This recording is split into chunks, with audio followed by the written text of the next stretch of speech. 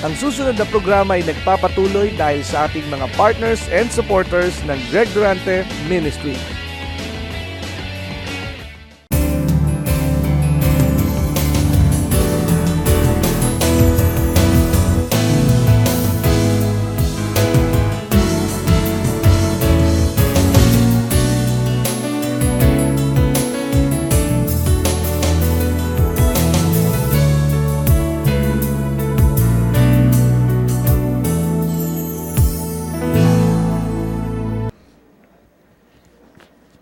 O Diyos na dakila amang makapangyarihan, Ikaw ay walang katulad, at Ikaw ay nag-iisa. Kaya't kami ay nakadepende lamang sa iyo. Maluwalhati ang banal at dakila mong pangalan sa pangalan ni Jesus. At ang bawat isa ay nagsabi ng Amen. Ang unang wag ninyong aalisin sa inyong isipan ay ang katotohanan that God did not plan any defeats for you. Wala po sa plano ng Diyos na ikay matalo, na ikay mabigo. Kung sakaling ikay nasa kabiguan, iyan ay panalo, hindi talo. Sapagkat tandaan natin na ang unang ginagawa ng Diyos ay tayo ay paulanan ng pagpapala para tayo ay maging maalab sa Diyos. At kapag tayo sa pagpapala natin hindi naging maalab sa Diyos, ang pauulanin naman niya ay pagsubok. Hello? So ano ang gusto natin? Magpatuloy tayo sa pagpapala ng Diyos at maalab tayo sa Diyos o pabaya tayo sa pagpapala ng Diyos na ang layunin ay para tayo maging maalab sa Diyos at hintayin pa natin ang mga pagsubok. Ay mahirap po sa pagsubok na umalab sa Diyos. Kaya nga ating unawaing mabuti habang maganda ang lahat, maging maalab tayo sa Diyos, pagdating ng pagsubok, tsak na tayo po'y hindi natin iindahin yung pagsubok. Kaya nga po, simple lamang. Ang pagtitiwala sa Diyos ang ating paunlarin. Wala po akong mensahe kundi pagtitiwala sa Diyos. Ang training ko, ang unang trabaho ko ay encyclopedia. Merit Encyclopedia. Awa ng Diyos, wala akong naibenta. Pero may commission ako. Dahil yung unang demo ko ay ang sales talk ay ang aking manager na tinitrain ako at yung commission ibinigay sa akin. So yun yung pagpapalang hindi ko trinabaho. Kaya mula pa noon ay alam ko na ang pagpapala ay darating sa iyo kapag ikaw ay nagpatuloy na gawin yung iyong talento. At pagkatapos noon ako ay nasabak sa construction. Nadestino ako sa ibang panig ng Pilipinas. Number 1 construction company, yung aking pinagtrabahuhan. Hanggang sa matapos yun, at ang sabi ng Diyos, sa sales ka naman. So sa sales ako sumabak. At ang unang sabi ng sales manager, Greg, welcome to the godless profession. Sabi ko, matindi ito. Bakit walang Diyos pala sa sales? Then ang sabi ng operation manager, welcome to the ruthless profession. Sabi ko, godless and ruthless? Ano itong napasukan ko? At naintindihan ko po kung paano naging godless at ruthless. Yung mga rebates, yung mga inflated prices, kahit po private companies, meron po yun dahil dun po sa mga customer. At ang sabi ko, Diyos ko, hindi ko po makakayanan ito. Hanggang sa ako'y katagpuin ng Diyos. At mula nun, inialay ko na ang aking buong buhay sa Diyos. Pero with the training, mula doon sa sales ng encyclopedia, supervising big projects sa construction, and then back to sales, and then back to business. Bumalik naman ako, nagnegosyo naman akong sarili, at nagtayo ako ng poultry, backyard poultry at piggery. May 4 na baboy yata ako. At yung namili ako ng palay, kaming mag-asawa. At yung poultry, ako nagtayo nung bahay ng manok. At meron akong 200 ulo. At biglang bumagyo at nabasa yung mga manok ko at lahat ay lulugo-lugo. At At sa kauna-unahang pagkakataon, hinawakan ko ang Biblia. At ang sabi ko, Diyos ko, kung totoo ka, hindi ko man alam ang Biblia, kung totoo ka, pwede po ba na 2 lamang manok ang mamatay? Dahil yun po'y panalangin ng hindi alam. Aba, yun nga, tinunugon ako ng Diyos, 2 ang sipunin, sabi ko, ilaga. At yung natira na ibenta dahil magpipiesta sa aming bayan noon. Ang Diyos po, kapag alam mo kung paano siya kausapin, alam mo po, iba po ang mangyayari sa ating buhay. Magpapakilala po ang Diyos that He is the source of all things that we need. Magpapakilala po ang Diyos. Kaya nga pag naalaala ko yung aking buhay nung ako ay kabataan, kaya ang mga anak ko'y umiwas na sa buhay ng kabataan, dahil kinukwento ko sa kanila ang bisyo ko. Ang bisyo ko po noon, at yun ay aktivista po ako na frontliner, at ang bisyo ko po, hindi ako titigil hanggat hindi ako lasing. At hindi ako uuwi sa bahay hanggat hindi ako lasing. At yun po ay napagtagumpayang lahat ng Diyos. Hindi po ako dahil ako'y may relihiyon pero hindi ako personal na kilala ang Diyos. Pero inaalagaan ako ng Diyos at ako ay hinuhubog ng Diyos. Ilang bagay po, God creates, God make, God form, and God establish. Kaya dun sa aking paghubog na natanggap sa Diyos, kaya ang 3 anak namin ay naglilingkod sa Diyos at buong sambahayan namin naglilingkod sa Diyos. Ito ang natuklasan ko sa pakikipag-usap sa Diyos. Ang pagpapala ay kapag ang iyong mga anak ay inialay mo sa Diyos. Ang sabi ng Diyos, tingnan mo si Abraham. Nung hingin ko si Isaac, ibinigay niya sa akin si Isaac. Kaya sabi ko, Panginoon, ibinigay naming mag-asawa sa iyo ang aming anak at lahat sila naglilingkod sa iyo. Yun po ang susi ng kasaganaan. Hindi po yung ating scheming, hindi po yung ating mga plano. Pagdating po sa financial intelligence, may kaunti akong alam para magkapera. Pero hindi po ako doon nakatingin. Nakatingin po ako ay sa Diyos sapagkat ang Diyos ang may-ari ng lahat. At ang mga anak namin, hindi namin pinigilan. Sige, makihalubilo kayo sa lahat ng uri ng kabataan. Pero laging tatandaan ninyo, lasenggo ang tatay ninyo noon, pero hindi nagpatuloy. Tumikim ng drugs ang tatay ninyo noon, pero hindi nagpatuloy. At sila po, sa gitna ng pakikihalubilo, hindi po sila gumaya sa mga kaibigan nila.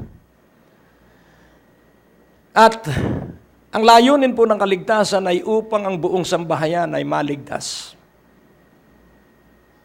Ang layunin po ng pamilya ay para ang buong pamilya ay maglingkod sa Diyos. Kaya pinaalaala ng Diyos si Joshua. At ang sabi ni Joshua, ako at ang aking sambahayan ay maglilingkod sa Diyos. Kaya nga po, laging tandaan po natin, kapag nakaalay ang iyong mga anak sa Diyos at kapag buong sambahayan mo ay naglilingkod sa Diyos, watch out. Not for poverty, watch out for the goodness of the Lord. Dadaloy po sa iyo ang kabutihan ng Diyos. Kaya nga ating tangkilikin ang katotohanan na kailangan natin ng Diyos every day. Kailangan po natin ang Diyos sa bawat araw. Kaya ang titulo ng mensahe ay simple lang, God cannot be wrong and will not be wrong. Ang Diyos ay hindi magkakamali at kailanman ay hindi magkakamali. Sa Job chapter 40 verse 8, Job 40 verse 8, napakahalaga po na maunawaan natin, wilt thou also disannul my judgment? Wilt thou condemn me that thou mayest be righteous? So pansinin po natin, si Job ay rinibuke ng Panginoon. Ano po yung disannul? Pawawalan mo ba ng bisa ang aking mga pasya? Ako ba ay hahatulan mo? Ang Diyos po ang nagsasalita kay Job. para lang lumabas na ikaw ay matuwid.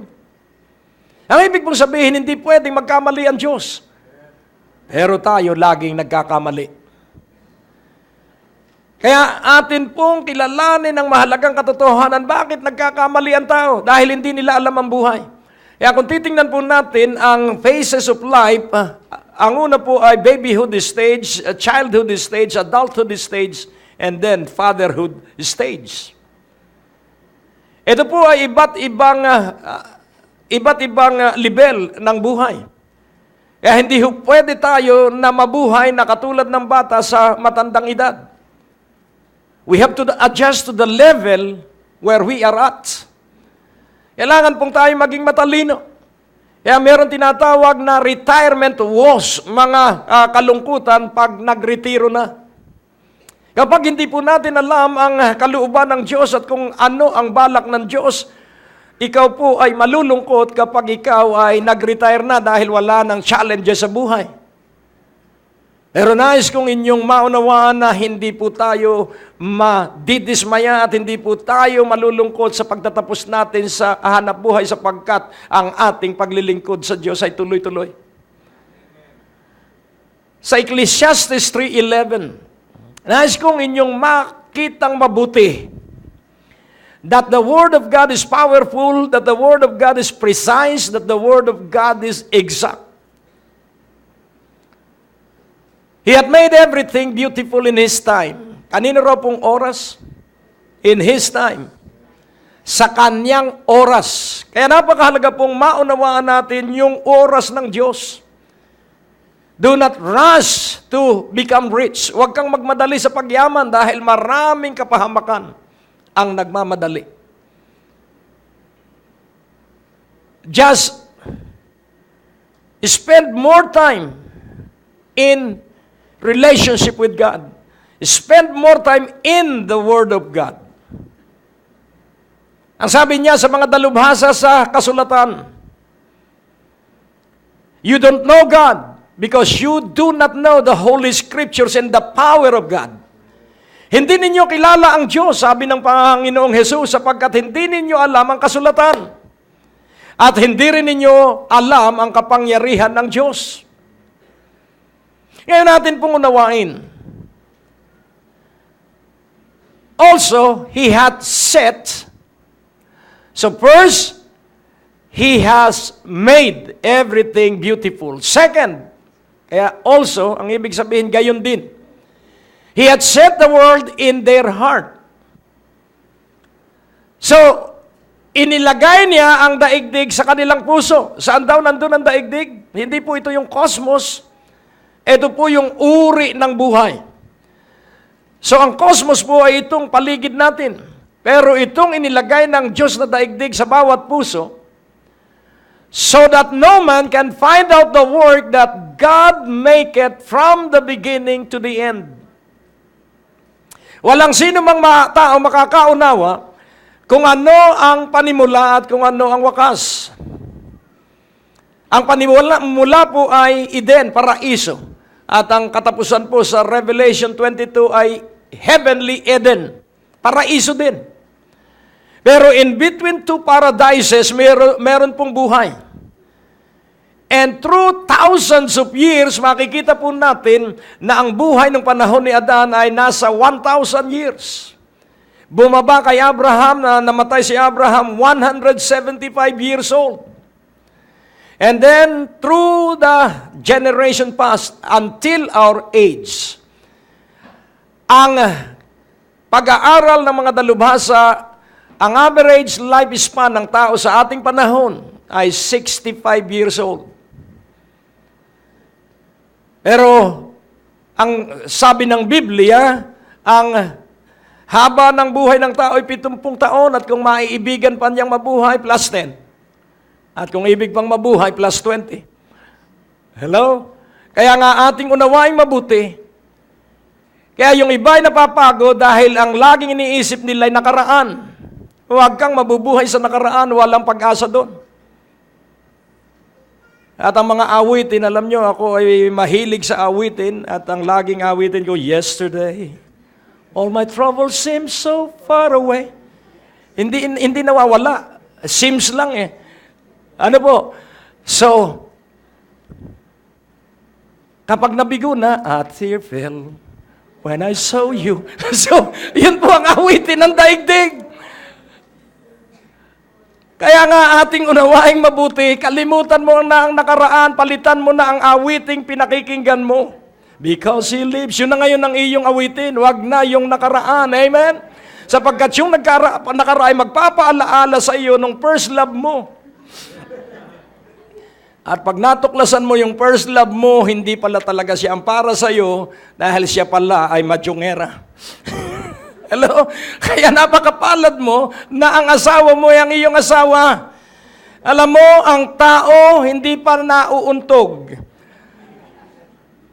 Ang isang bagay ay nakikita lang ang kahalagahan pag nawala. Kaya wag mo nang hayaan pang mawala ang asawa mo bago umiyak ka sa puntod at sabihin mo, nako, kung alam ko lamang. Ngayong pang may buhay, magmahala na kayo. Amen po ba? I-date mo ang iyong asawa. Amen? Hallelujah. Sapagkat ang pinakamagandang dapat mong paunlarin ay pamilya at bahay. Amen? Kailangan sa bahay natin ay may Diyos. Hindi lang Diyos. Amen? Kaya ating unawaing mabuti. Ang Diyos po natin napakabuti. So hindi niya ibibigay na maunawaan natin ang panimula at ang katapusan. Ang ibibigay lamang niya sa atin ay yung ating lifespan. Amen po ba? So ano ang kalooban ng Diyos doon sa 70 taon kung mabubuhay tayo ng 70 taon? Ano ang gusto ng Diyos doon sa 70 years? So ang mga ngarap ka ba ay commensurate lang doon sa 70 years? No! Ang sabi ng Biblia, hanggang apo mo sa talampakan. Kaya mangangarap ka ay yung itutuloy ng iyong mga anak. Huwag yung makapagkaroon lang ng bahay o ng hanap buhay, yun po ay normal. Yun po ay standard of life.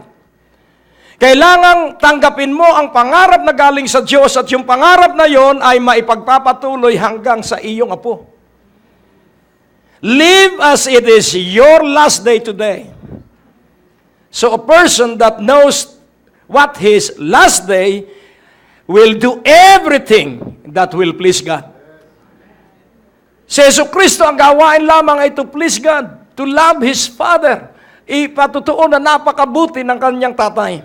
Kaya mga anak, ipagmalaki ninyo ang inyong tatay. Ipagsabihin ninyo na napakabuti ng inyong tatay. Kung sakali mang ikaw ay napapagalitan, it's for your good. Hello?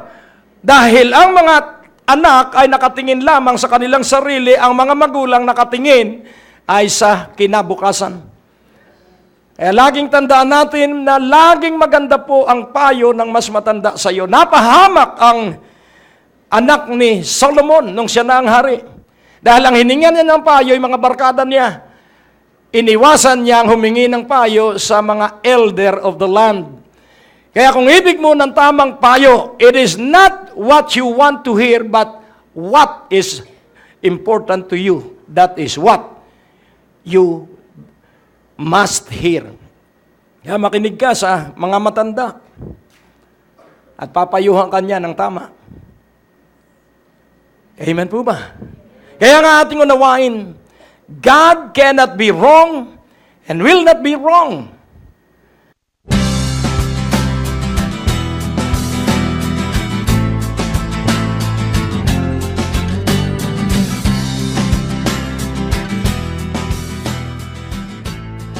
Heto na po ang progress ng ating construction project sa ating Prayer Mountain sa Barangay Kamaysa, Tayabas, Quezon.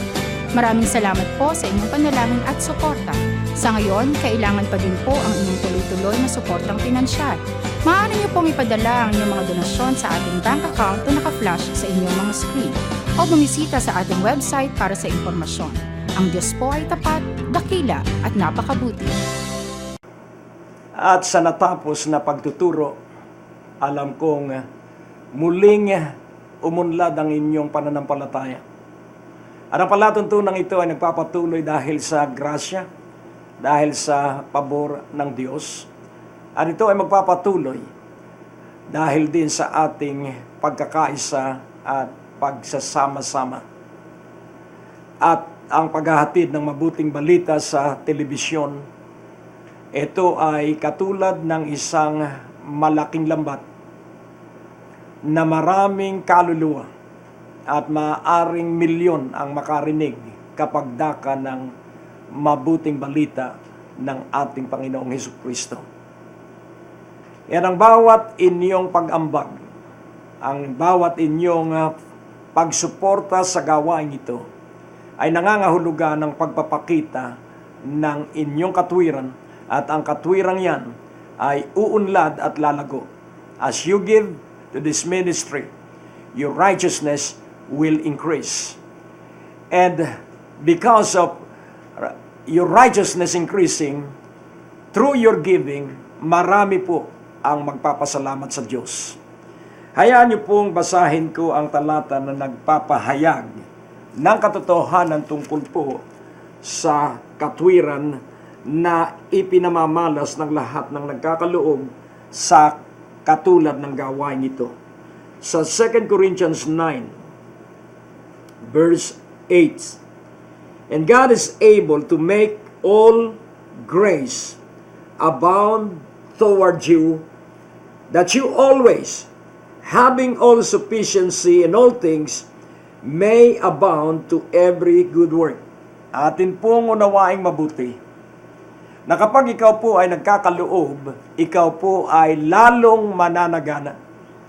At ang layunin po ng pagpapasagana ay upang lalong umunlad ang iyong mabubuting gawa. At ang mabubuting gawa ang magpapatutuo na ikaw ay nasa katwiran ng Diyos.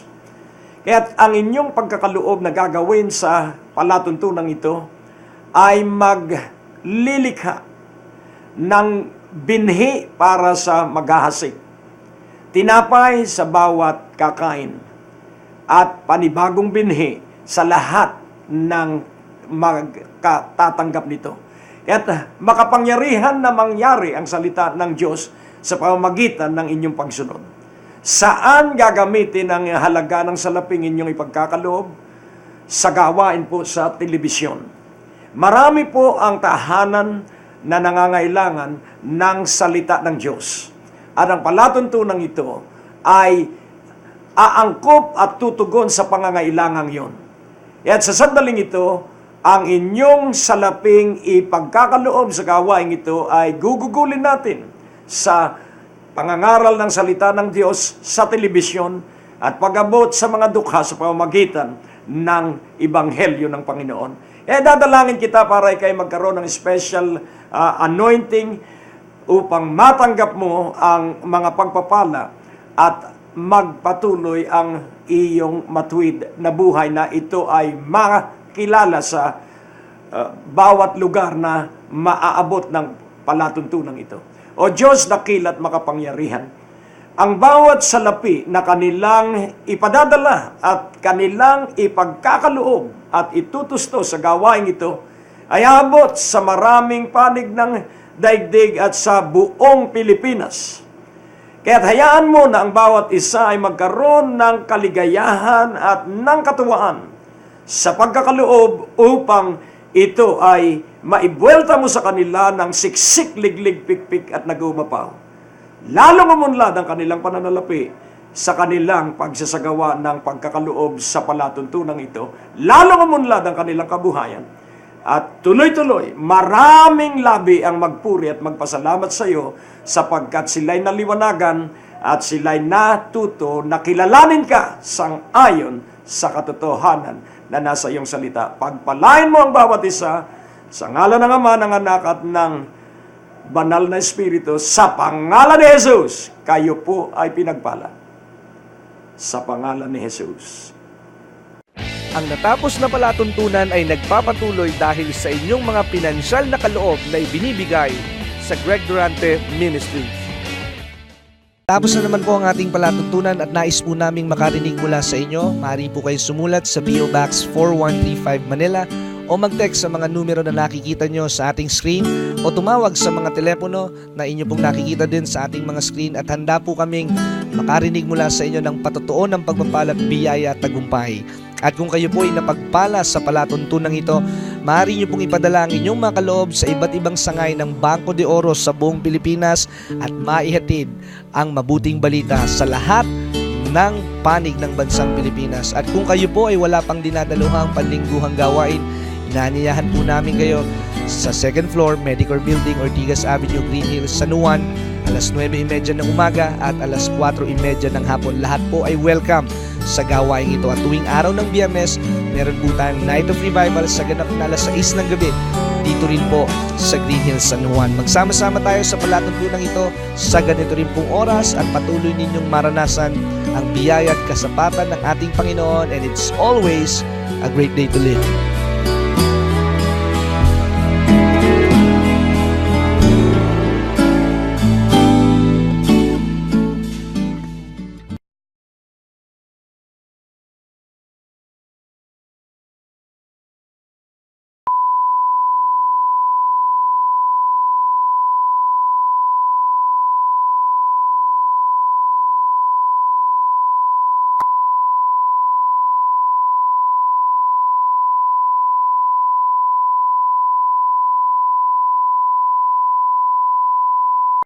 Ang susunod na programa ay nagpapatuloy dahil sa ating mga partners and supporters ng Greg Durante Ministry.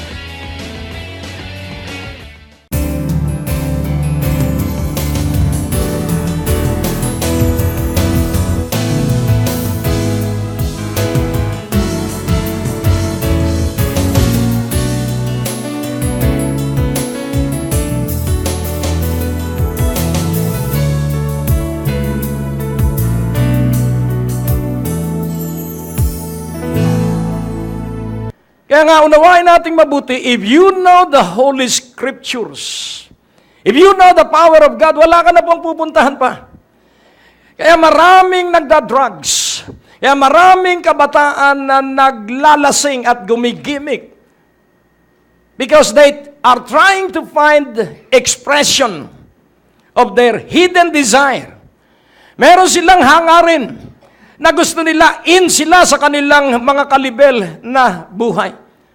Gusto niya, hindi siya i-reject. Pero nais kong ipaunawa, it is much better to be rejected by the world, but to be accepted by Jesus Christ. Napakahalaga po natanggap tayo ng Panginoong Jesucristo.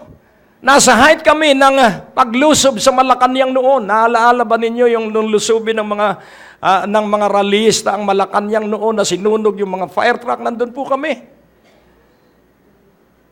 Nung huling State of the Nation, January 26, doon po sa Kongreso, doon po sa, dito po sa may City Hall, doon na po, nagulat ako, nagsimula na, nagbatuhan na, naghampasan na ng mga sasakyan, at kahampas na rin ako. Dahil that is the norm of that time. Yun po yung standard. Kaya nga sabi nung isang dalubhasang lawmaker, ang sabi niya, nung panahon namin, nung 1970s, pag hindi ka aktivista, parang wala kang buhay. At talagang napakarami pong aktivista noon na hindi namin alam kung bakit at ano ang aming pinaglalaban hanggang makapulot ako ng trucks. What is life? So ano ang buhay? At doon po nagbago ang aking buhay. At minahal ko na ang lahat. February 1986, nandun po ako sa pintuan ng Krame. Bumababa ang mga helicopter ni General Sotelo. At ang sabi ko, Panginoon, katapusan na namin. Pero salamat at ang puso ng ating dating Pangulo ay maka-Diyos. Kaya pinigilan niya. Yung dapat ay napakarahas na mangyayari. Laging tandaan po, ang lahat po ay kasangkapan ng Diyos sa kanyang plano. Amen po ba? Kaya kailangan na ating maunawaan ang totality ng plano ng Diyos. At paano natin mauunawaan ang kabuuan ng plano ng Diyos? Kaya marami ang may sakit dahil hindi nila alam ang kalooban ng Diyos. We are not here to earn money. We are not here to eat good foods. But it is essential and necessary. Pero first of all, tayo narito for God. Linikha tayo ng Diyos para sa kanyang sarili. Kaya nga sa Hebrews chapter 4 verse 12, kapansin-pansin po, for the word of God is quick and powerful and sharper than any two-edged sword. The word of God is alive. Yun pong quick ay alive. Atin pong unawain the written word, the spoken word, and the living word. Ang written word ay ang Biblia. Ang spoken word ay ang mensahe. The living word is Jesus. He is alive. Amen. Where 2 or 3 are gathered in my name, I am there in the midst. So Jesus is alive. Amen. And Jesus is with us today, looking to each and everyone's heart. Tinitingnan niya ang ating puso. Tinitingnan niya ang ating isipan. For the word of God is quick and powerful and sharper than any two-edged sword. So yun pong salita ng Diyos ay naging katulad ng tabak. Two-edged sword, magkabilay talim. Than any two-edged sword, piercing, naglalagos. Kaya pag tayo nakikinig ng salita ng Diyos, yung salita ng Diyos ay buhay, at ito'y katulad ng tabak, na ito'y naglalagos saan? To the dividing asunder of soul and spirit. Look, there will be healing. Yung mga may gout, mga may arthritis, yung mga nananakit ang joints dahil nawawala na yung pinakang proteksyon sa dalawang buto, sa pamamagitan ng salita ng Diyos, lakas at lulusog ang utak sa ating buto. Piercing even to the dividing asunder of soul and spirit, and of the joints and marrow, kasukasuan at utak sa buto. And is a discerner of the thoughts and intents of the heart. So the Word of God first is alive. Second, the Word of God is powerful. And third, that the Word of God is sharper than any two-edged sword. And then thirdly, the Word of God is a discerner. So ang salita ng Diyos ay umuunawa sa iniisip ng bawat tao at sa layunin ng bawat puso. So when you hear the Word of God being preached, the Word of God is very powerful. So maabot nito ang layo ng ating puso, intensyon ng ating puso, at aabutin ng salita ng Diyos ang ating iniisip at papalitan ng isipan ng Diyos. Kung ang bawat tao lamang ay magpapakaalab sa Diyos, walang magkakaroon ng sakit sa sinuman sa mga anak ng Diyos. Ang sabi ko sa Diyos, Father, I am your son. Jesus, I am your servant because you are my king. And I am your slave because you are my Lord. Holy Spirit, I am your student. So teach me. I am your farmer. Teach me how to cultivate farms. Ibig po sabihin na yung ating puso. Kaya nga ating unawain, ang pinakamaganda po ang layunin ng paghahanap buhay para maging maligaya at payapa ang tao. Pero ito po ang sasabihin ko sa iyo. Sa kabila po ng aking kasiraan at kawalan ng pangarap nung ako'y bata pa, pinagbigyan ako ng Diyos pagkakasal namin, ay nagkaroon agad ako ng sasakyan. After 5 years, nagkaroon agad kami ng bahay. 5 years pa lang po kaming kasal dahil sinunod namin ang Diyos ng lalaki pag nag-asawa, hihiwalay sa kanyang magulang. At dahil kami nakasumunod sa Diyos, alam namin kung wala na kaming bigas, alam namin kung wala na kaming asin, kaya kami tatawag sa Diyos. At natutunan namin ang hirap ng buhay sapagkat yun ang nasa sumpaan sa kasal. Sa hirap at ginhawa, kayo ay mag-asawa pa rin. Hello? Sa sakit at kalusugan, kayo ay mag-asawa pa rin. Kaya ituloy lamang po natin ang salita ng Diyos at gawin lamang natin ang salita ng Diyos. God will never be wrong. Kailanman hindi magkakamali ang Diyos. Salita lamang ng Diyos ang bubuhay sa atin. Salita lamang ng Diyos ang magpapaunlad sa atin. Salita lamang ng Diyos ang magpapayaman sa atin. Amen po ba? At ang buhay po ay sa pamamagitan ng pananalig. You believe what you do not see. Amen? You believe what you do not see and you act on the impossible. That is faith. Kaya nga ating kilalanin ang mahalagang katotohanan at ang sabi ng verse 13. Ano ang sabi ng verse 13? Neither is there any creature that is not manifest in His sight. So walang nilikha na hindi kita ng kanyang mata. Lahat ay kita tayo. But all things are naked. Nakadamit tayo, pero kita ng Diyos ang ating puso't isipan at hubad tayo sa harapan ng Diyos. All things are naked and opened unto the eyes of Him with whom we have to do. Ano po ang ibig sabihin? Pwede akong magkunwari sa asawa ko. Pwede akong magkunwari sa inyo, pero hindi sa Diyos. Kapag ako'y nagkunwari sa inyo, ako ay ipokrito. Hindi diringgin ang aking panalangin. Kailangan ipakita ko sa Diyos na iniibig ko ang aking simbahan. Kailangan ipakita ko sa Diyos na kayo'y iniibig ko. Hello? Dahil kung hindi ko kayo iibigin sang-ayon sa dapat gawin ng mga pastor at mga ngaral, kita ito ng Diyos. Yun pong bandang huli, with whom we have to do. At the end of our life, pagsusulit sa harapan ng Diyos ang ating kakatagpuin. Isa lang po ang tanong, what have you done to my son? Ano ang ginawa mo sa aking anak? All of your life have you refused and rejected Jesus? Sa iyo bang buong buhay ay iniiwasan mo at tinatalikdan ng Panginoon? You have talents. Why not use it for His glory? You have youths. While still young, always remember God.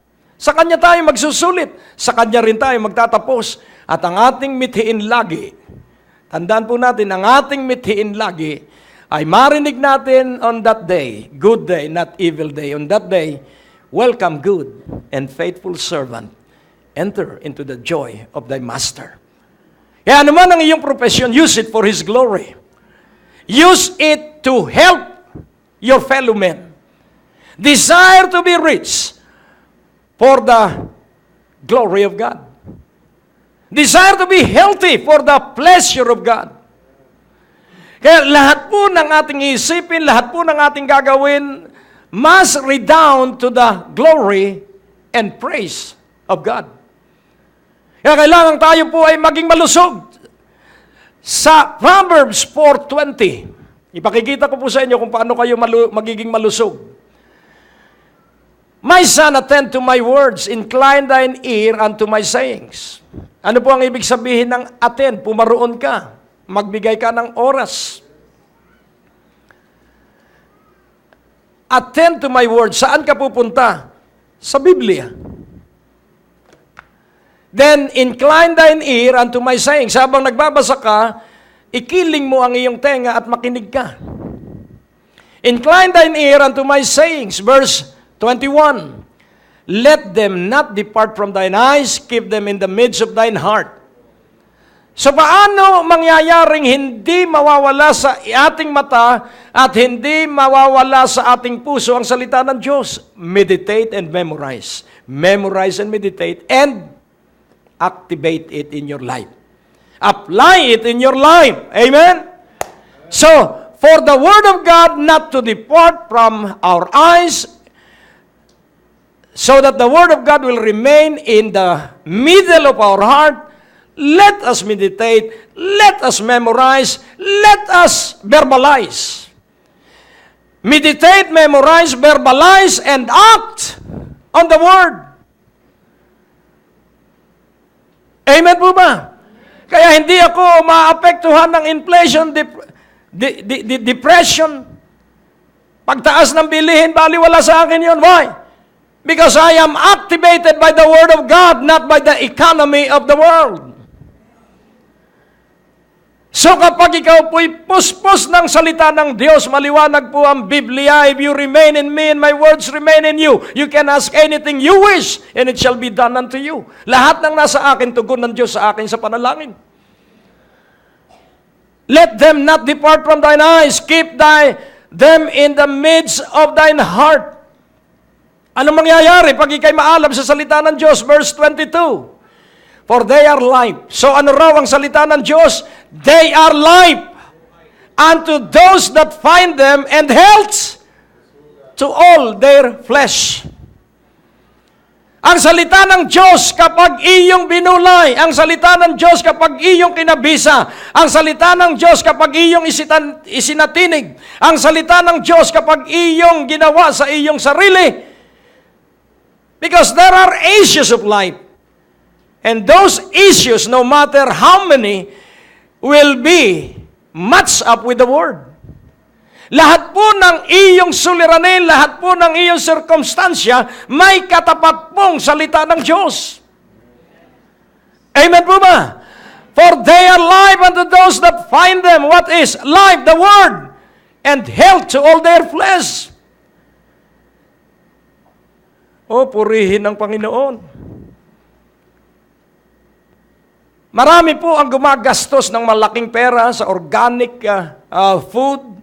Pero ito po ang sasabihin ko sa inyo. Kahit napakaganda ng iyong iniinom at hindi tama ang puso mo sa harapan ng Diyos, hindi po yun makaka-epekto sa kalusugan.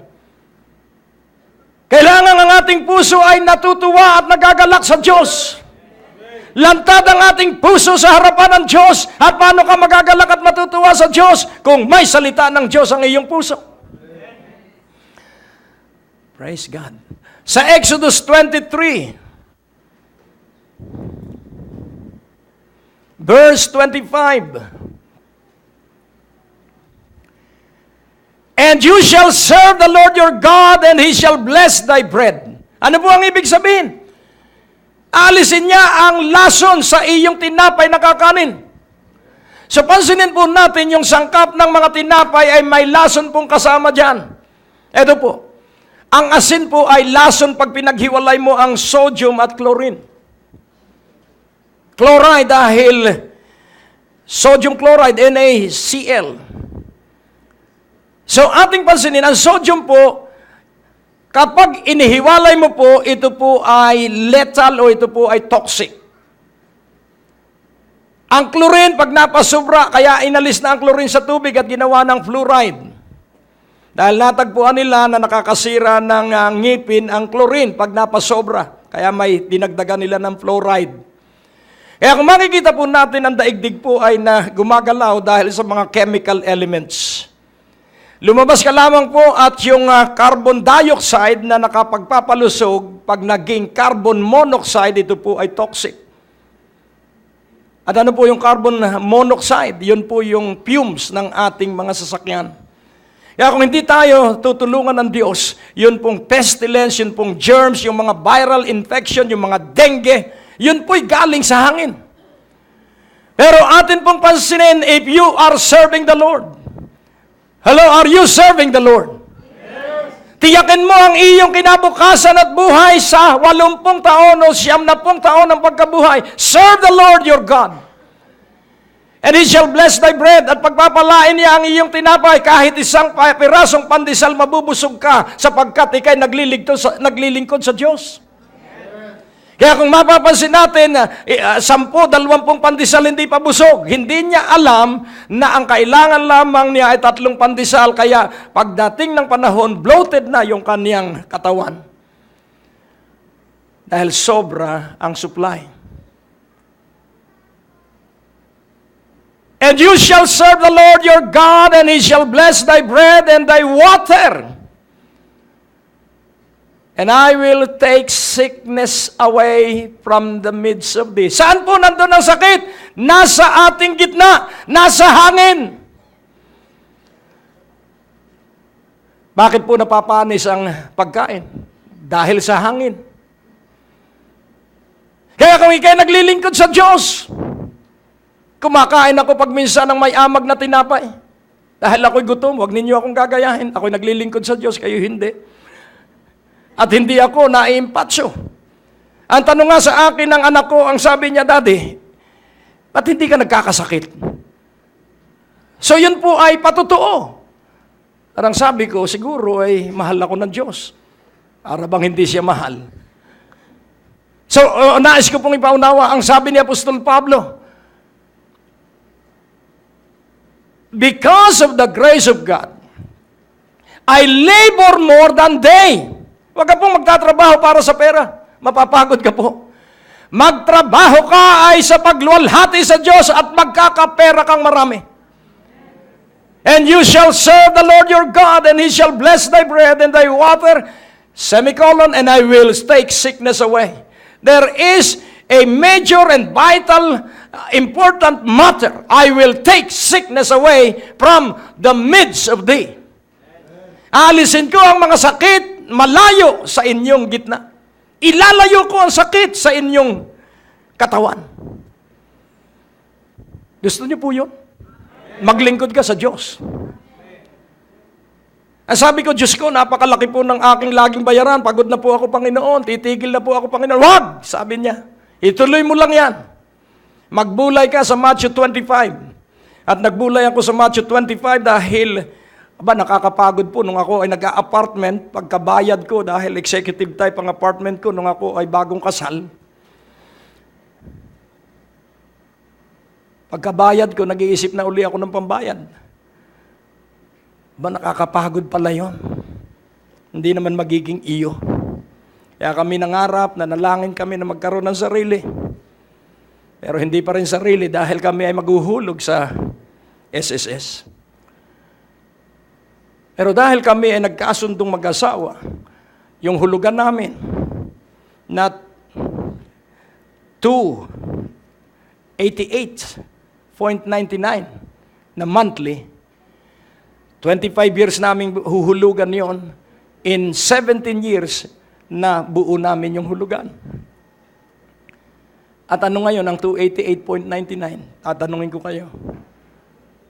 Isang bangus na inihaw lang yan sa restaurant. Kaya nga ating unawain, maglingkod ka po sa Panginoon. At ang sabi ng Panginoon, kayo ay mangingisda. Pero mula ngayon, ang inyong huhulihin na ay ang mga tao. You will be fishers of men. Kaya napakahalaga na ating maunawaan na ang dakilang komisyon, the greatest commission na binigay ng Panginoon, is to make disciples of all nations, to teach and to preach. And preaching the gospel will be until the end of the age. At ito lamang pangangaral ng Ebanghelyo, ang isa sa kanyang utos na kanyang sinabi, and I will be with you. As you preach the gospel, I will be with you. So, this program is being aired on TV. Pagmasdan po natin ang screen na nasa aking likuran. Ito po ay iba't ibang palabas ang pwedeng masaksihan sa bawat tahanan. Ngunit laging tatandaan po natin, kailangan na mas marami ang tungkol sa Diyos na mga palatuntunan. At ang gawain ito ay sumasa inyong tahanan o maaaring sa inyong sasakyan o di kaya ay sa inyong pagawaan o opisina. Kaya ugaliin na ang palatuntunan ito ay maging bahagi ng inyong bawat araw sa maghapon at magdamag sapagkat tayo mapapanood sa umaga, sa hapon, sa gabi, sa madaling araw. At ito ay kabutihan ng Diyos. Ngunit, ito ay nangyayari dahil sa mga suporta ng mga kababayan natin. Yan, ito ay isang buhay na paghamon upang lalong mapalawig natin at mapalawak sapagkat hindi sapat ang oras na ating ginagamit sa paghatid ng mabuting balita sapagkat hindi lahat ay tinawag upang mangaral sa pamamagitan ng telebisyon. Kaya I will challenge you and I will especially pray for your supernatural financial breakthrough. As you give, whatever the Holy Spirit will dictate in your spirit of the amount. It can be 100 pesos or 100,000 pesos. It is depending on the leading and inspiration of the Holy Spirit. But remember this, that I cannot do this all by myself.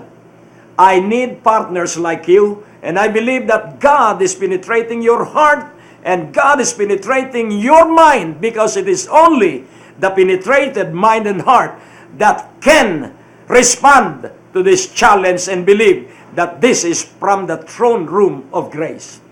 Sa makapangyarihang pangalan ni Jesus, I will pray for your supernatural financial anointing so that you will have a business acumen that is so precious that will benefit you mightily by the power of the anointing of the mighty Holy Spirit of God. Father, in the name of Jesus, touch, and give inspiration that they may receive these challenges from the throne room of grace. And everyone who respond to this challenge right now be blessed with a supernatural, grandest blessings that they never experienced in their life. In Jesus Christ's name, I now agree with you that you receive this wonderful supernatural prayer in Jesus Christ's name. For my God shall supply all your need according to His riches and glory, because you responded in supporting this ministry tonight, today, every day, for it is always great day to live. God bless you even more greater today, and let it increase each day of your life. In the name of the Father, the Son, the Holy Spirit, in Jesus Christ's name. Amen. Ang natapos na palatuntunan ay nagpapatuloy dahil sa inyong mga pinansyal na kaloob na ibinibigay sa Greg Durante Ministries. Tapos na naman po ang ating palatuntunan at nais po naming makarinig mula sa inyo. Maaari po kayo sumulat sa PO Box 4135 Manila o mag-text sa mga numero na nakikita nyo sa ating screen o tumawag sa mga telepono na inyo pong nakikita din sa ating mga screen, at handa po kaming makarinig mula sa inyo ng patotoo ng pagpapalat, biyaya at tagumpay. At kung kayo po ay napagpala sa palatuntunan ito, maaari nyo pong ipadala ang inyong mga kaloob sa iba't ibang sangay ng Bangko de Oro sa buong Pilipinas at maihatid ang mabuting balita sa lahat ng panig ng bansang Pilipinas. At kung kayo po ay wala pang dinadaluhang panlingguhang gawain, inaanyayahan po namin kayo sa 2nd floor, Medicor Building, Ortigas Avenue, Green Hills, San Juan, alas 9:30 ng umaga at alas 4:30 ng hapon. Lahat po ay welcome sa gawain ito. At tuwing araw ng Biyernes, meron po tayong Night of Revival sa ganap na alas 6 ng gabi dito rin po sa Green Hills, San Juan. Magsama-sama tayo sa palatuntunan ito sa ganito rin pong oras at patuloy ninyong maranasan ang biyaya at kasapatan ng ating Panginoon, and it's always a great day to live.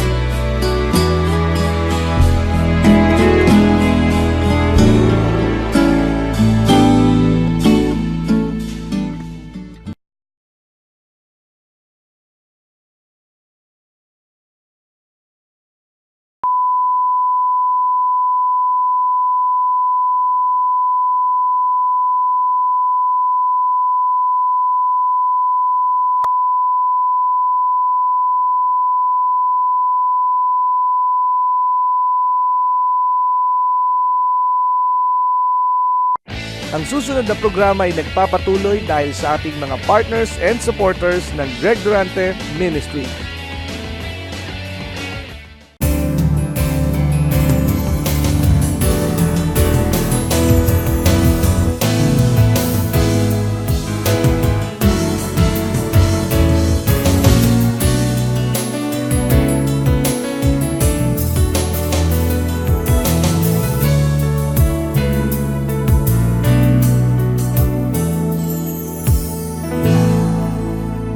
Sabi ko, Lord, ano namang matututunan ko dito sa Matthew 25? Lagi ko itong itinuturo at paulit-ulit ko itong binabasa. At ito ang nakita ko sa Matthew 25. Live a life that is pure. A life that is pure. And what is life that is pure? A life that always desire to please God. A life that always sing praises to God. Kaya kahit hindi naman ako mga awit, lagi akong merong concert. Pag minsan sa banyo, pag minsan sa sasakyan, lalo na pag mamamatay ang aking asawa. One time, mamamatay ang asawa ko at ako ay may commitment. At umiyak lang ako ng umiyak at ang sabi ko doon sa awitin ko, nais kong ikay maranasan at ang aking luha ay tumutulo. Pero hindi pwedeng hindi ko ituloy yung aking commitment. At sabi ko, Panginoon, ikaw ang may hawak ng buhay ng aking asawa. At pagbalik ko, para siyang nagdahilan. There was healing. And that is faith. Faith is believing that you have it already. In spite of the absence of what you believe. Ang pananalig po'y paniniwalang nasa iyo na. Amen? Na parang kahit hindi mo pa nakikita at nahahawakan, paniwalaan mo na. Divine prosperity is this: if you desire your own house, go to the subdivision and pray. Maghanap ka ng disenyo ng bahay na gusto mong makamit mo. Yan lamang po ang aking buhay. Nung ako'y nangarap na magkabahay, nagpaguhit agad ako ng bahay. At naudlot ang pinag-aralan ko kung paano ako magkakaroon ng bahay. Kailangan lumipat ako ng trabaho at ginawa ko yung mga paraan. At nagpaguhit ako ng plano at ay dinalangin ko yung plano at sa unang pasok ko sa SSS, denied. Ako po ba ay nasindak at tinigilan ko ba ang pangarap? Hindi po. Muling isinalang ko uli. At noong 1979, approved. Kaya nais ko pong ipaunawa, do not surrender to failure. Failure is just a stepping stone to your good future. Ang kabiguan ay tapakang bato para sa iyong mabuting kinabukasan. Remember this, that you are in the mind of God. Your future is secured because it is in the mind of God. Amen po ba? Kaya nga ating unawain, gusto ng Diyos na ikaw ay pagpalain. Gusto ng Diyos na ikaw ay laging malusog. Gusto ng Diyos na ikaw ay pagtiwalaan. So ang una, purity. And how shall you be pure? By being watchful in prayer. Kailangan ikaw po ay madasalin, mapanalanginin at palahingi sa Diyos. Isulat mo ang lahat ng iyong pangangailangan at hingin mo sa Diyos. Huwag kang titigil sa paghingi. Ulitin ko, kailangang palahingi ka sa Diyos. Isisigaw ko, kailangang palahingi ka sa Diyos. Dahil yun ang gusto ng Diyos, ang bawat isa sa atin humingi sa Kanya. Amen. That is the parable of the 10 virgins. Purity and watchfulness. And the second parable is about the talents. Ang sabi ko, Panginoon, ibig ko po yung 8 talento. I desire that 8 talents to be given to me. So pansinin po natin, ang pagpapala po ay ganito.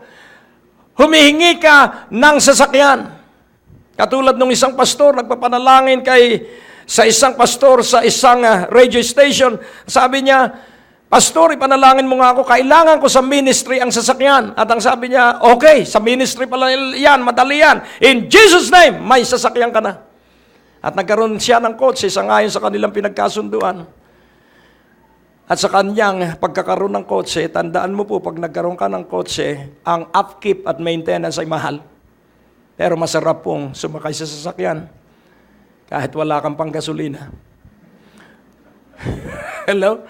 Pero kapag naglingkod ka po sa Diyos, one time, may tinuturuan akong sa Bible study at ang sabi niya, Pastor, idaan mo muna sa gasolina. Sabi ko, bakit? Magmimerienda ba tayo? Hindi, basta idaan mo, pinapultang yung aking sasakyan. God will move in mysterious ways. Kapag siya po'y nagbigay, siya ang magtutustos. Ang ginawa ng pastor, dahil siya nahihirapan sa ministeryo, wala siyang pera, walang panggasolina, ginawa niyang taxi. Ang kanyang paghingi sa Diyos, watch out, kailangan gagamitin mo sang-ayon sa paghingi mo sa Diyos yung layunin ng iyong hiningi. Ang sabi, gagamitin sa ministeryo ay ginawang pagkakakitaan at madaling nasira yung sasakyan sapagkat humiwalay siya sa kalooban ng Diyos. Do not get out of the will of God, please. Getting out of the will of God is getting out from God. Stay inside the will of God. And what is the will of God for all of us? That we will prosper us. Amen po ba? That He will give us victory. And how shall you obtain victory? Just say. Just say, there is power in your word. Just say, Jesus is the Son of God. Ganun lang, pastor. Bakit gusto mo'y mahirap? Basta sabihin mo lang, mayroon kang problema, sabihin mo, Jesus is the Son of God. May sakit sa iyong bahay, Jesus is the Son of God. Amen po ba? At ang iyong bahay ay pananahanan ng mga anghel. At pag dumating ang baha, huwag kang tataas, diyan ka lang. Binibigyan ko ng boundary yung tubig. At masunurin yung tubig. Sabi ko, Panginoon, pwede mong itilt ang lupa para hindi maabot ang sasakyan ko. Kaya nga po ating unawain, kapag ikaw po'y nagpabaya sa iyong relasyon sa Diyos, i-jojolt ka lang naman, liligligin ka lang naman ng konti. Pero pag matigas ang ating ulo, lilindulin ka ng kaunti. Shaking lang po yun, shaking. Para ipaalala sa iyo na ang ating kailangan, it is not on bread alone that we shall live, but by every word that proceedeth out of the mouth of God. Kailangan maging po tayong matalino. Amen? Kailangan tayo'y maging matalino. So binigyan ka ng talento, use it for His glory. And the first man that received the 5 talents, nung dumating ang kanyang Panginoon sang-ayon sa talinghaga, naging 10 yun 5. At ang sabi niya, because you are faithful and good steward, I will give you more blessings. Kaya sinabi ng Panginoon, to him that has will be given more. Siyang meron ay daragdagan pa. At siyang wala, yung hindi ginamit ang kanyang talento sa paglilingkod sa Diyos, yung merong kaunti siya, aalisin yun at ibibigay sa mga masisipag sa paglilingkod sa Diyos. Kaya nga kung ako ikaw, maglingkod ka na. Ulitin ko, maglingkod ka na. May talento ka, huwag mong ipagkait yan, baka alisin yan ng Diyos. Atin pong unawaing mabuti. Tayo po'y nagkakasama-sama sapagkat gusto ng Diyos na ikaw ay gamitin. Gusto ng Diyos na maranasan mo ang himala. 40 years sa disyerto, walang ginagawa si Moses. Siya ay napakahusay na engineer sa Egypt for 40 years. Siya ay would-be heir of the throne of Egypt. At siya ay highly technical-minded person. Pero for 40 years, siya ay nasa disyerto. Parang baliwala na siya sa Diyos. No. God is creating, God is transforming, God is forming. Sa atin pong akala nating tayo nakalimutan na ng Diyos. Kaya sabi ng Diyos doon sa ating text, ang sabi ng Diyos kay Job, huwag mong ituring na walang halaga ang aking mga kapasyahan. Huwag mong ituring na ikay matuwid at ako'y mali. Ang Diyos kailanman hindi magkakamali. Yung sitwasyon natin, tama lang na dapat nating pagkalagyan sapagkat walang ibang paraan sa lupang pangako kundi wilderness, desert, and crossing the Red Sea and the Jordan River. Wala pong daan patungo sa pagpapala kundi mga tiisin at mga suliranin at mga bagay na magdadala sa atin upang maging maalab tayo sa Diyos. Amen po ba? If not for the suffering, if not for the affliction, wala ako sa panahong ito sa aking kalagayan. Because there are lessons that you cannot learn from the classrooms. There are lessons na hindi mo matututunan sa textbook. Sapagkat more of the lessons in life I practically learned through our day-to-day life. Ang sabi ng Dean of Engineering nung kami ay nasa kanyang pagtuturo, ang sabi niya, always remember this, that when you are in the field, your technical knowledge is not necessary because what you will need is 90% perspiration and 10% theory. Totoo nga po. Sapagkat maraming hindi nakasulat sa textbook pagdating po sa construction. Sa construction po, napakakapal ng plano. Ang isang section ay pakikita sa 5 o 10 pages para maintindihan mo kung paano mo ipakikita ito sa mga trabahador mo. Pero kung hindi ka marunong makisama sa mga tauhan mo. One time, yung isang welder ko sa Minola, ginagawa ko yung kanilang planta, i-welding yung pipeline. Yun po kailangan naglalaro sa support, i-welding. Sasabog po yun dahil hindi makakalaro yung pipe sa pagtaas ng pressure. Tinawag ako ng Hungarian engineering consultant at ako pinagalitan. Why are you introducing a new kind of engineering in my plant? So, what is the matter, sir? What is my mistake? Why is it that you told your welder to weld the pipelines? So, dahil mga bagong tauhan ko ito, nakangiti at sabi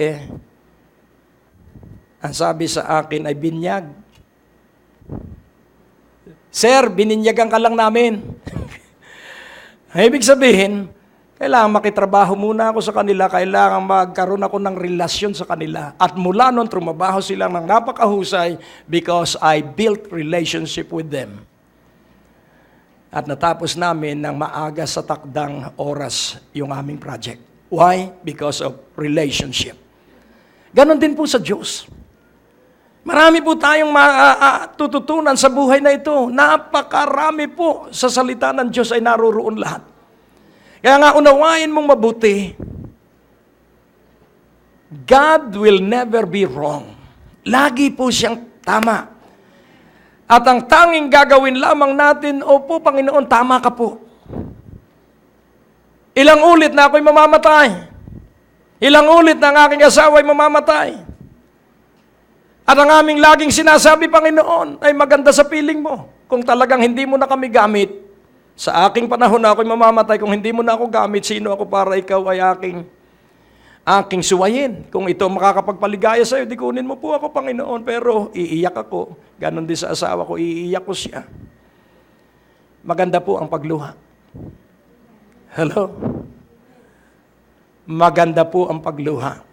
Si Abraham Lincoln ay napakaraming luhang itinulo. Tinanong ni Sir Winston Churchill si Billy Graham, why is it that you are very peaceful? What is your hope? Ang sabi niya, you know, sir, my hope is that Jesus will come again. That is my hope. That is why I am happy all the time. Kaya unawain po nating mabuti. Serve the Lord while there is still time.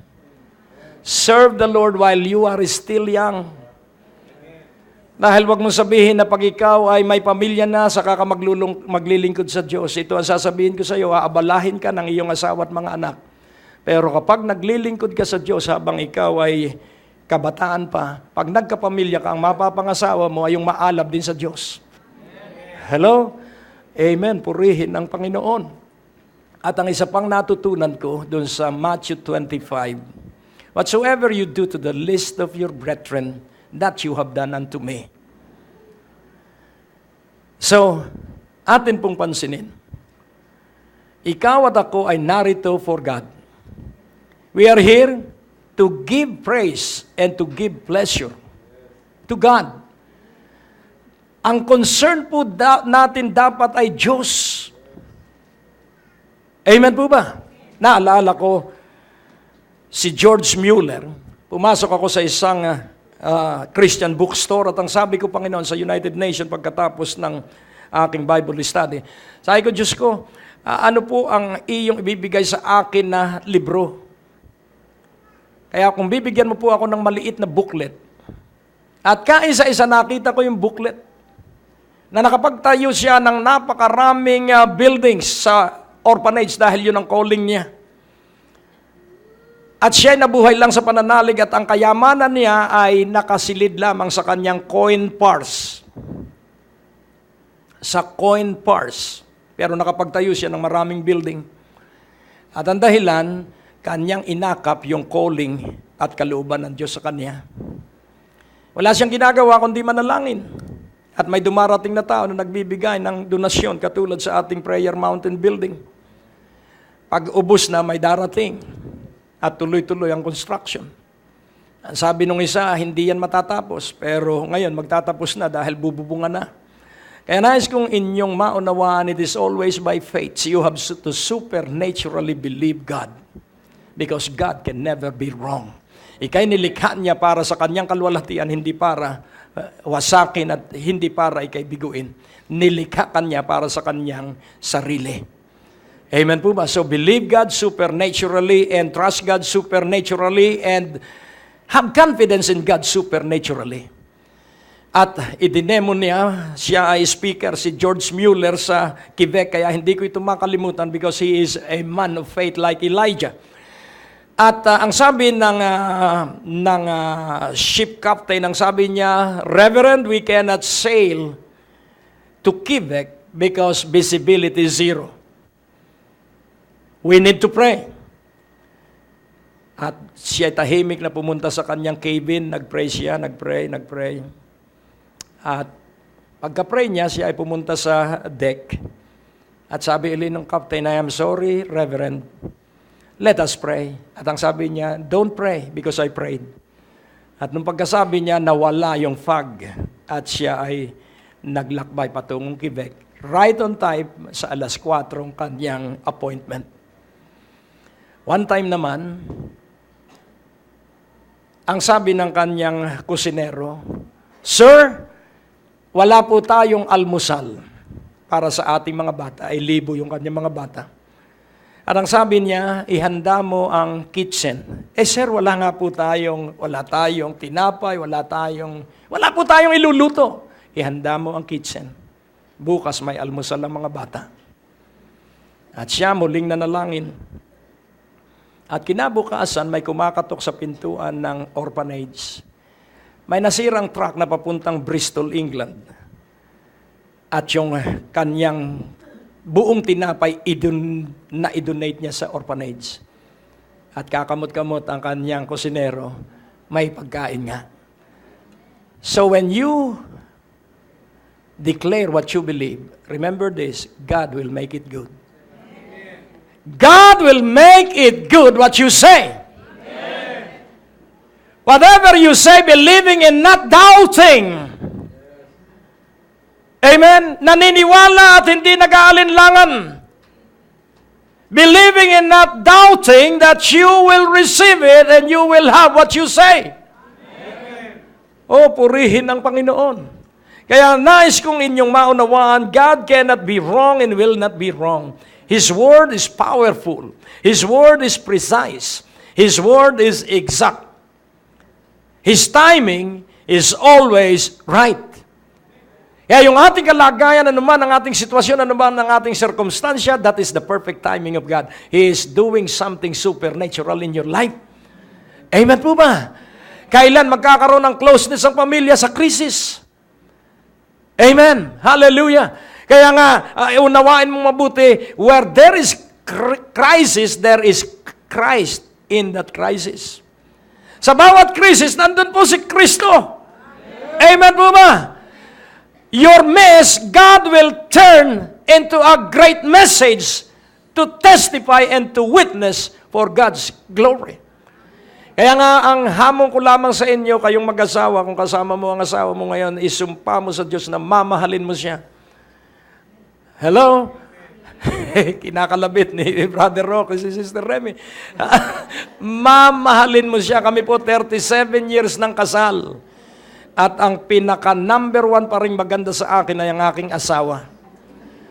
Hallelujah. Kaya nga, unawain nating mabuti, go back to the family unit. Because the personal family that you have is the only family that God will bless, not the other family. Amen po ba? Kaya nga tayo po ay maging maalab sa buhay na relasyon natin sa Diyos. Your reward is now traveling to your bank account. Your reward will be mightily transferred by wire into your bank account. Why? Because you trust Him. Why? Because you serve Him. Why? Because you maintain watchfulness. You maintain prayer as your norm and lifestyle. Bow down your head and let us pray. Panginoon, dakila't napakabuti. Kailanman hindi ka nagkakamali. Kaya naman ang aming kalagayan, salamat at kami ay iyong iangat, kami ay iyong baguhin sa isang kisap mata dahil sa iyong pabor. Maluwalhati ang banal at dakila mong pangalan, sa pangalan ni Jesus, at ang lahat ay nagsabi ng Amen. Ang Diyos po ay napakabuti. So tayo umusal ng panalangin, Jesucristo, ang buhay ko ay lubusang nakasuko sa iyo, at ako'y iyo, at ikaw ay akin. Kaya puspusin mo ako lagi ng iyong isipan, at patibayin mo ako sa pamamagitan ng iyong kapangyarihan. Sa iyo ang kalwalhatian, Ama, sa pangalan ni Jesus, at ang lahat ay nagsabi ng Amen. Purihin ang Diyos, natapos na naman ang palatuntunan at nais kong maipanalangin ang bawat isa na nasa pagtutok sa at pagsubaybay sa gawain ito sa Himpapawid. At ako ay naniniwala na may himala sa iyo ang Diyos sapagkat umunlad na naman at ang puso at isipan mo ay nabuksan upang magtiwala ng lubusan sa Panginoon. Ano ang iyong dinaramdam? Ano ang nagpapahirap sa iyo? Ano ang umaalipin sa iyo? Ngayong sandaling ito, ang paglaya sa mga bisyo ang ating ipapahayag. Hindi dalangin kundi ipag-uutos ng lahat ng nasa bisyo ay palayain. This is a wonderful, powerful declaration of deliverance in the name of Jesus and by the blood of Jesus. In the mighty name of Jesus, lahat ng alipin ng droga sa pangalan ni Jesus, ang kalayaan ay aking ipinapahayag at binabasag ko ang gapos ng pagkaalipin sa bisyo ng droga, sa bisyo ng sugal, sa bisyo ng paglalasing, sa bisyo ng pambababae. Lahat ng uri ng bisyo, winawasak ko sa makapangyarihang pangalan ni Jesus at ipinapahayag ang inyong paglaya. Sabihin mo ang ganitong panalangin, Jesucristo, itinatakwil ko si Satanas sa aking buhay. At aking ipinapahayag ang aking kalayaan at ang dugo mo, Panginoong Jesucristo, ang aking itinatakip sa aking buong katawan. Ngayong sandaling ito, malaya na ako at hindi na makababalik ang masama. Sa makapangyarihang pangalan ni Jesus, maganap ang iyong pagtanggap ng lubusang paglaya. At nagpasalamat at nagkakagala ka ng mga alagad na bumalik. At ang sabi, Panginoon, ang lahat ng mga may sakit na aming ipanalangin sa pangalan mo nagsisigaling. Kaya ikay gumaling ngayong sandaling ito. Ang lahat ng inaalihan ng demonyo sa pangalan mo'y pinalaya namin, pinalayas ang dyablo. Kaya't ikaw ay tumanggap ng paglaya sa pangalan ni Jesus. Kaya ikaw ngayon ay bago ng nilikha. Kaya't sabihin mo, Jesucristo, salamat sa pagpapalaya mo sa akin. Jesucristo, gagamitin ko ang kalayaang ito para ipagsabi at ipagpatutuot, ipagmalaki ka na ikaw ang dakilang Panginoon ko, na siyang dakilang manggagamot at dakilang tagapagpalaya. Sa iyong pangalan, ako ay iyong laging samahan sang-ayon sa iyong pangako na ang bawat mangangaral ng iyong salita ay iyong sasamahan hanggang sa wakas ng panahon. Kaya't mapagpala po kayo at magpatuloy na sumubaybay sa palatuntunan ito at kayo ay maging malaya lagi at ipagsabi ninyo na may palatuntunan. Kung kayo ay may mga kamag-anak sa hospital, itutok ninyo sa himpilang ito at maranasan nila ang kakaibang habag at awa at pag-ibig ng Panginoong Jesucristo. Lumaya ka at umunlad ka sa ngalan ng Ama, ng Anak at ng Banal na Espiritu. Sa pangalan ni Jesus. Amen. Ang natapos na palatuntunan ay nagpapatuloy dahil sa inyong mga pinansyal na kaloob na ibinibigay sa Greg Durante Ministries. Tapos na naman po ang ating palatuntunan at nais po naming makarinig mula sa inyo. Maaari po kayo sumulat sa PO Box 4135 Manila o mag-text sa mga numero na nakikita nyo sa ating screen o tumawag sa mga telepono na inyo pong nakikita din sa ating mga screen at handa po kaming makarinig mula sa inyo ng patotoo ng pagpapala, biyaya at tagumpay. At kung kayo po ay napagpala sa palatuntunan ito, maaari nyo pong ipadala ang inyong mga kaloob sa iba't ibang sangay ng Bangko de Oro sa buong Pilipinas at maihatid ang mabuting balita sa lahat ng panig ng bansang Pilipinas. At kung kayo po ay wala pang dinadaluhang panlingguhang gawain, inaanyayahan po namin kayo sa second floor, Medicor Building, Ortigas Avenue, Green Hills, San Juan, alas 9:30 ng umaga at alas 4:30 ng hapon. Lahat po ay welcome sa gawain ito. At tuwing araw ng Biyernes, meron po tayong Night of Revival sa ganap na alas 6 ng gabi dito rin po sa Green Hills, San Juan. Magsama-sama tayo sa palatuntunan ito sa ganito rin pong oras at patuloy ninyong maranasan ang biyaya at kasapatan ng ating Panginoon, and it's always a great day to live.